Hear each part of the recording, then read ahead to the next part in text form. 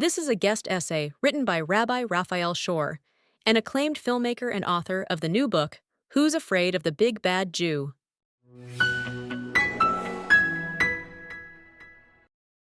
Pharaoh's propaganda campaign might seem distant, but look a little closer, and you'll see something chilling.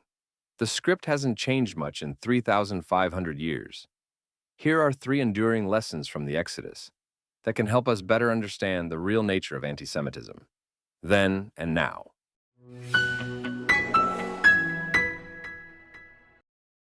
Lesson number one, antisemitism isn't about the stated reasons. It's about the Jewish spiritual threat. Pharaoh didn't say, "We hate the Jews because they believe in one God," or "They make us uncomfortable because they won't assimilate." No, he claimed the Jews were a national security threat, saying, quote, "The Israelites are becoming too numerous. If war breaks out, they might join our enemies and fight against us." Really? A group of shepherds and laborers who had lived peacefully in Goshen for generations were suddenly a military threat capable of starting a war. This excuse is as flimsy as it sounds. It was a lie, a pretext. And that's the first insight. Anti-Semitism rarely presents itself honestly. It hides behind superficial grievances, economic anxiety, political conspiracy, military suspicion, even the idea that Jews are easy scapegoats. But these are fig leaves. The real issue is much deeper. The deeper truth, as the Torah reveals and Hitler expressed, is that anti-Semitism is rarely about the superficial reasons given. It's about the Jews being a spiritual and ideological threat. Hitler said that all of World War II was, quote, ideologically a battle between National Socialism and the Jews. The Jews have always posed a spiritual and ideological challenge to the dominant culture. In medieval Europe, Jews were blamed for economic woes, accused of usury or poisoning wells, but the real threat was our stubborn adherence to Torah values. Today, we hear anti-Semitic tropes about Jewish power or wealth. We see passionate protests against Israeli colonialism and committing genocide, but reasonable people know that the Jews are not the greatest violators of human rights on earth. Whether in ancient Egypt, Nazi Germany, Soviet Russia, or today's radicalized Islamic world, led by the Palestinian Hamas, the accusations shift. But the double standards reveal the underlying discomfort with Jewish values, impact, and distinctiveness. Anti-Semitism is not your run-of-the-mill racism. It's about the Jewish soul, a light that refuses to be extinguished, threatening those who want to dwell in spiritual darkness. Jew hatred, in the end, is not about what Jews do. It's about what Jews are and what they represent.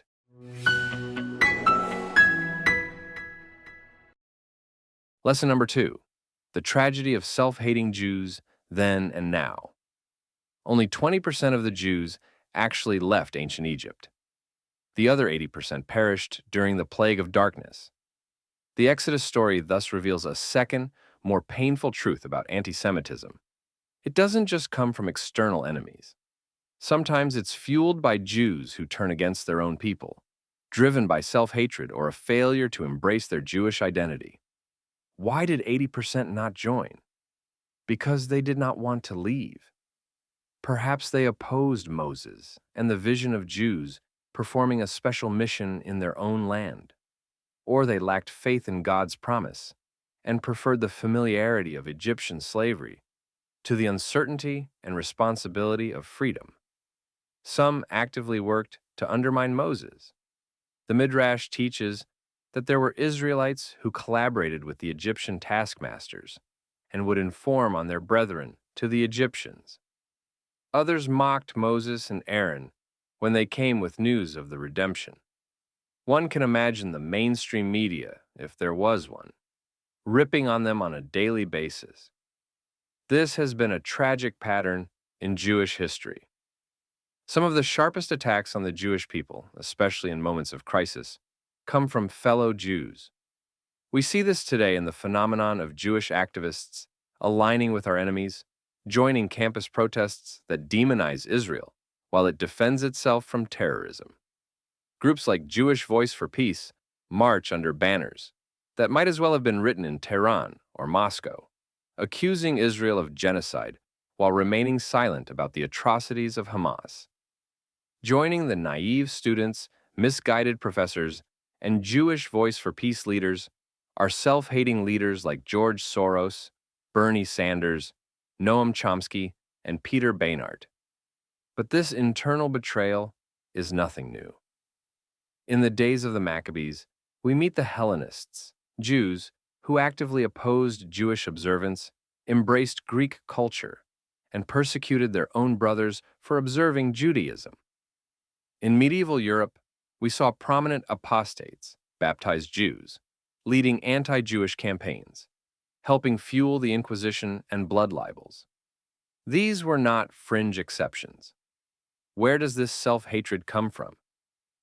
I believe it's a deep psychological response to subtle cultural siege, where Jews live in environments that pressure them, openly or subconsciously, to either conform or be crushed. When society teaches you to be ashamed of your Jewishness, some will run from it and some will turn against it. On many campuses today, supporting Israel or expressing Jewish pride makes you a target. For many, it's easier to join the mob than to stand apart. Young Jews often reject their Jewishness to gain acceptance in a progressive world that demands we check our Jewishness at the door. A pressure I've witnessed on campuses where supporting Israel can lead to social ostracism. Going a step further, self-hating Jews choose to oppose Israel and gain bona fides for being on the left side of history. But the Exodus reminds us, when redemption came, it was only for those who still knew they were Jews.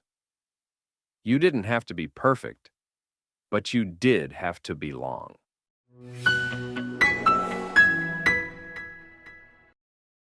In lesson number 3, Antisemitism as a divine tool to awaken our unique identity. The third insight from the Exodus story is both humbling and profound. Antisemitism often serves as God's tool to remind us of who we are. The Midrash teaches that the Jews were redeemed from Egypt because they maintained their distinctiveness. They didn't change their clothes, names, or language, even in the face of slavery. On the surface, this seems like a small detail, but its meaning runs deep. Even in the depths of oppression, the Jews understood they were different, a family with a unique role, even if they weren't fully doing it all in terms of observance. This awareness of their special identity was the crucial step that paved the way for redemption. Jew hatred often jolts Jews back to consciousness. The yellow star that Jews were forced to wear in Germany in 1935 was meant to humiliate and isolate us. Yet, for many, it awakened a sense of pride and solidarity. And on October 7th, in a world where many Jews felt safe, indistinguishable, and post-tribal, the masks came off. Like the Nazis, Hamas didn't ask who was religious. They didn't check denominational boxes. They reminded us that in the eyes of our enemies, and in the eyes of heaven, we are one people. The tragedy of October 7th, 2023, and the global anti-Semitism that followed has awakened and galvanized Jews worldwide to reconnect with their heritage. Jew hatred, as painful as it is both physically and spiritually, and as a jarring reminder that we were never meant to blend in, often becomes the crucible through which we rediscover our unique role in the world. That's not a comforting thought, but it is a clarifying one. So, what do we do in the face of such hatred? The Exodus story doesn't just diagnose the problem, it offers a solution. When the Jews cried out under the weight of their oppression, God heard their plea and sent Moses to lead them to freedom. But liberation wasn't the end goal. It was the beginning of a mission. At Sinai, God gave us the Torah and declared us a kingdom of priests and a holy nation, tasking us with being a light unto the nations. Our response to anti-Semitism must be to double down on our identity and mission.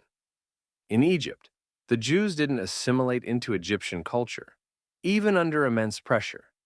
The horrors of October 7th resulted in Jews everywhere returning to their roots, lighting Shabbat candles, and standing prouder as a people. Jew hatred may try to dim our light, but our response must be to shine brighter, illuminating the world with the eternal truths of the Torah.